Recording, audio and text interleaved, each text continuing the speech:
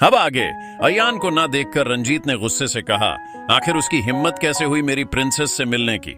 Sir ए इतना कहकर वो ऊपर जाने लगे। हंसराज जी उनके सामने आते हुए बोले, तुम्हें मुझसे बात करनी चाहिए। रंजीत हैरानी से उन्हें देखते हुए बोले, आप मुझे मेरे ही घर में आकर मर्डर दे रहे हैं। हंसराज जी ने उन्हें वार्निंग देते हुए कहा, चाहे मैं अब बूढ़ा हो गया हूं, फिर भी तुम्हें अब भी मैं सही रास्ता दिखा सकता हूं। रंजीत ने चिढ़ते हुए मुकेश को देखते हुए कहा, आखिर तुम क्या मुंह ताकने के लिए खड़े हो, इन्हें यहां से बाहर निकालो। सुमन काकी ने रंजीत से कहा, ऐसे घर आए मेहमानों का अपमान करना ठीक नहीं है। रंजीत कुछ कहते कि हंसराज जी ने कहा, पहली बात ये घर मेरे जूनियर शिवांश का है ना कि तुम्हारा, समझे तो तुम कोई नहीं होते हमें यहां से निकालने वाले। रंजीत ने एक फीकी मुस्कान के साथ कहा, शिवांश आपका जूनियर होने से पहले मेरा दोस्त है, समझे, और इस वक्त आपका पोता बिना मेरी इजाजत लिए मेरे घर में घूम रहा है। इतना कहकर उन दोनों में फिर से बहस होने लगी। रोहन ने ताहिरी से रंजीत को देखते हुए पूछा, क्या ये ऐसे ही है? ताहिरी ने भी हसनराज जी को देखते हुए कहा, तुम्हारे दादाजी भी तो ऐसे ही हैं। तभी उसकी नजर संजू के ऊपर गई, जो यहाँ वहां देख रही थी। वो समझ गई थी कि वो किसे ढूंढ रही है, लेकिन वो तो वहां था ही नहीं। उसने संजू के माथे पर टेप करते हुए कहा, क्या बात है, तुम चूहिया पहले से ज्यादा सुंदर हो गई हो। संजू ने अपने माथे को सहलाते हुए अपना मुंह फुलाते हुए कहा, यह गलत बात है, आप मेरी तारीफ भी कर रही हैं और मुझे चूहिया भी कह रही है। फिर वो खुश होते हुए बोले, मुझे भी मेहदी के पास ले चलिए ना, मुझे भी उनसे मिलना है। रोहन ने भी कहा, हाँ आप हमें उनके पास ले चलिए, हम भी यहाँ बोर हो रहे हैं। ताहिरी ने अपना सर हिलाते हुए कहा, हाँ चलो मेरे पीछे आओ। तभी उसकी नजर रोनित की नजरों से जा मिली, जो उस पर से हटी ही नहीं थी। ताहिरी ने फौरन उस पर से अपनी नजरें हटा ली। ये देखकर रोनित की बोहें आपस में जुड्ढा गई। इसका क्या मतलब था? ताहिरी उसे नजरअंदाज कर रही थी। वहीं दूसरी तरफ एक रूम में महिका और आयान एक तस्वीर को देखे जा रहे थे। आयान ने सामने लगी शिवांश और महिमा की तस्वीर को देखते हुए कहा, तुम मुझे यहाँ क्यों लेकर आई? महिका ने हल्का सा मुस्कुराते हुए कहा, क्योंकि मैं चाहती हूँ कि मम्मा डैड आपसे मिले। आयान ने शिवांश जी को देखते हुए कहा, मुझे इनके लिए बहुत बुरा भी लगता है और इन पर बहुत गर्व भी होता है। शायद ही इनके जैसा कभी कोई और ऑफिसर होगा। आयान की इस बात पर महिका ने आयान को देखते हुए कहा, आप हैं तो? आयान ने महिका को देखते हुए कहा, क्या मैं इनकी तरह हूँ?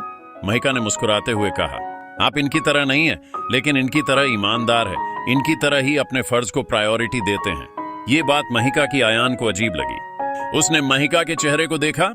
तभी महिका ने भी आयान को देखते हुए कहा, ज्यादा मत सोचिए, कुछ खास मतलब नहीं था मेरी बात का, लेकिन हाँ मैं ये जरूर सोचती हूँ कि अगर डेड की प्रायोरिटी उनकी फी नमली होती तो आज मेरी फी नमली मेरे साथ होती। इतना कहकर वो हल्का सा हंस दी।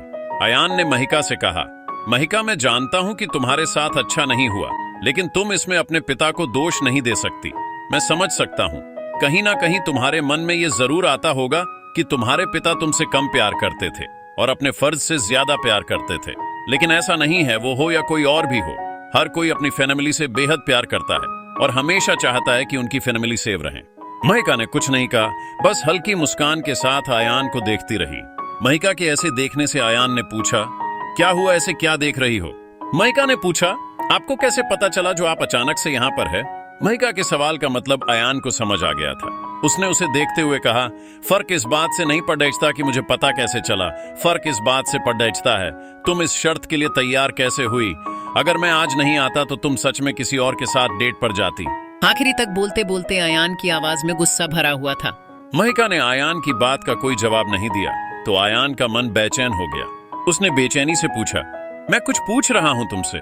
महिका ने तब भी कुछ नहीं कहा, बस वो मन ही मन मुस्कुराती रही। उसे सियान को बेचैन देखकर मजा आ रहा था, इसलिए वो कोई जवाब नहीं दे रही थी और आयान का गुस्सा बेवजह बढ़ चुका था। उसने महिका को अपनी तरफ मोदा और उसकी दोनों बाहों को पकड़ाकर उसकी आंखों में देखते हुए गुस्से के साथ कहा, तुम जवाब क्यों नहीं दे रही हो? वैसे तो मेरे सामने इतना बोलती हो। महिका ने अपने बाहों को देखा और मुस्कुराते हुए आयान के चेहरे को निहारते हुए कहा, कितने वक्त बाद आपने ऐसे गुस्सा किया है? कभी कभी लगता है कि मुझे आपसे नहीं बल्कि आपके गुस्से से प्यार है। आयान ने गुस्से से कहा, मैं सीरियस हूँ। आयान की बात सुनकर महिका ने आयान के गले में अपनी बाहें डालते हुए कहा, मैं भी सीरियस हूँ मेजर साहब, क्या मैं आपको सीरियस नजर नहीं आ रही? आयान ने उसकी आंखों में देखते हुए कहा, सीरियस तो नहीं बल्कि मुझे तो कुछ और ही नजर आ रहा है। महिका ने अपना चेहरा आयान के करीब करते हुए काफी धीरे से कहा, और वो क्या? इतना कहकर उसने आयान के चेहरे पर हल्के से फुक मार दी, जिससे आयन के मन में खलबली मच गई, यहां तक कि उसका सारा गुस्सा हवा में छू मंत्र हो गया। आयान ने महिका की आंखों में देखा, जो उसकी आंखों में झांक रही थी। हमेशा की तरह महिका की आंखें आयान को दुनिया भर की आंखों से सबसे ज्यादा खूबसूरत लग रही थी, जो उसकी पसंदीदा थी। आयान धीरे धीरे महिका के करीब होने लगा। वो उसे हल्का सा छू भी पाता कि उस रूम में ताहिरी आते हुए चिल्लाते हुए बोली, मही, क्या तू यहाँ है? ये सुनकर महिका ने अपनी आंखें बंद कर लीं और आयान ने अपनी बंद आंखों को खोल लिया। वो महिका से दूर हो गया। महिका ने अपनी गर्दन को दाएं बाएं मोधा और गुस्से से डोर की ओर देखने लगी, जहां ताहिरी उन दोनों को देखकर चुप हो गई थी। वो समझ गई थी कि एक बार फिर से वो गलत टाइम पर टपक पड़ी। उसके पीछे बाकी सब भी आ गए। संजू महिका के पास भागकर पहुंच गई और महिका को गले लगाते हुए बोली, दी, आपने मुझे बताया क्यों नहीं कि मैं आपको याद हूं?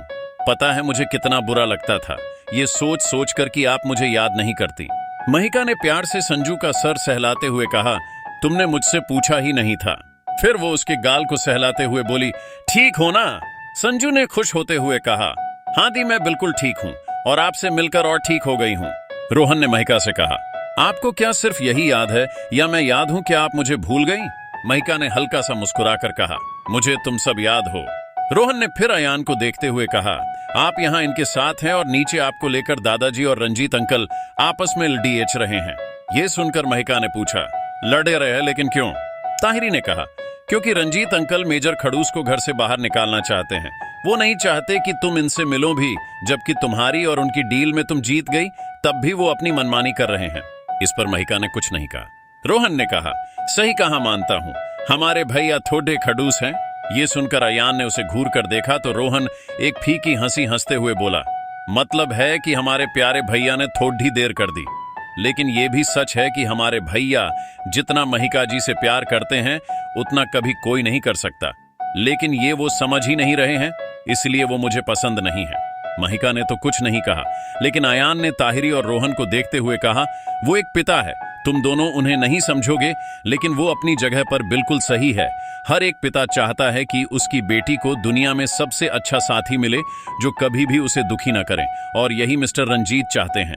इतना कहकर उसने महिका को देखते हुए आगे कहा कि उनकी बेटी, उनकी प्रिंसेस कभी भी अकेली ना रहे, कभी उसे किसी की वजह से तकलीफ ना हो, चाहे वो उसका हमसफर ही क्यों ना हो, उसका प्यार ही क्यों ना हो। इतना कहकर उसने फिर ताहिरी और रोहन को देखते हुए कहा, एक बार उनकी जगह पर खुद को रखकर सोचो, उनकी सोच और उनकी चिंता एकदम जायज है। आयान की बात सुनकर महिका मुस्कुरा दी। ताहिरी और रोहन ने अपना सर हिला दिया। संजू ने सामने लगी तस्वीर को देखकर हैरानी से कहा, मईदी, क्या आपने सच में किसी और से शादी भी कर ली? रोहन ने उसके सर मारते हुए कहा, वो उनके मोम डेड है, समझी? ध्यान से देखो उन्हें। संजू ने अपना चश्मा ठीक करते हुए देखा तो उनकी आंखों को देखकर समझ आया कि वो अलग अलग है, लेकिन फिर भी एकदम एक जैसी। संजू ने महिका को देखते हुए कहा, दी, मैं भी मम्मा की तरह नहीं दिखती, सिर्फ मेरी नाक उनकी तरह है, लेकिन आप तो बिल्कुल अपनी मम्मा की तरह दिखती हैं। महिका ने महिमा जी को देखते हुए कहा, पता नहीं ऐसा क्यों है। वही आयान के दिमाग में कुछ आया जो काफी वक्त से उसके दिमाग में था। उसने महिका की आंखों को देखते हुए कहा, जब तुम 5 साल की थी तो तुम्हारी आंखें चेंज कैसे थीं? उस वक्त तुम्हारी आंखें मिसेस सिंह की तरह थीं, लेकिन तुम्हारी आंखें तो उनसे बिल्कुल अलग है। तो उस वक्त जब मैं तुमसे मिला तो तुम्हारी आंखें अलग कैसे थीं? ये सुनकर महिका कंफ्यूज हो गई। उसने पूछा, मेजर साहब, आपकी बात का मतलब है कि जब मैं 5 साल की थी तब आप मुझसे मिले थे? महिका की बात सुनकर आयान को याद आया कि उसे तो वो पल याद नहीं था। जाहिर है उस वक्त वो बहुत छोटी थी, तो याद कैसे रहता? आयान को चुप देखकर महिका कुछ और पूछने जा रही थी कि वहां एक सर्वेंट आते हुए अपना सर झुकाते हुए महिका से बोली, मैम, आपको रंजीत सर नीचे बुला रहे हैं। महिका ने आयान को देखा।